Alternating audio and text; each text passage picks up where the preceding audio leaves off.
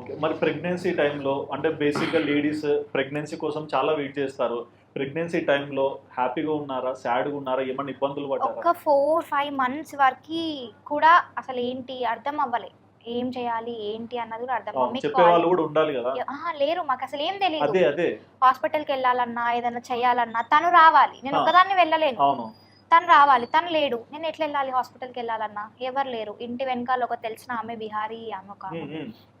తను నాకు తెలిసిన హాస్పిటల్ ఉంది వెళ్దాం పదా అని చెప్పేసి వెళ్ళిన తర్వాత కన్ఫర్మ్ అయింది. అవును నువ్వు ప్రెగ్నెంట్ తోనే ఉన్నావు అని డాక్టర్ చాలా హోమ్లీగా ఉంటారు. ఇప్పటికి కూడా ఫ్యామిలీ డాక్టర్ అనే రోజా అనుకుంటా. Madam okay. కూతురులాగా చూసుకుంటది. అని ఏంటి మీ రోజా ఫ్యామిలీ మమ్మీ అనాలి అప్పుడు. ఫ్యామిలీ బ్యాక్గ్రౌండ్ ఏంటి అది ఇది అంటే ఇట్లా తను ముస్లిం నేను హిందూ ఇట్లా మ్యారేజ్ చేసుకున్నాము నాకు ఇష్టం లేదు ఇట్లా హ్యాపీనెస్ కూడా లేదు వచ్చింది అది ఇది అని చెప్పేసి అంటే తను ఒక్కటే అన్నారు ఏమో నీ ఫ్యామిలీ అంతా దగ్గరకు వస్తారేమో నువ్వు కన్సీవ్ అయ్యావు అని చెప్పేసి అంటే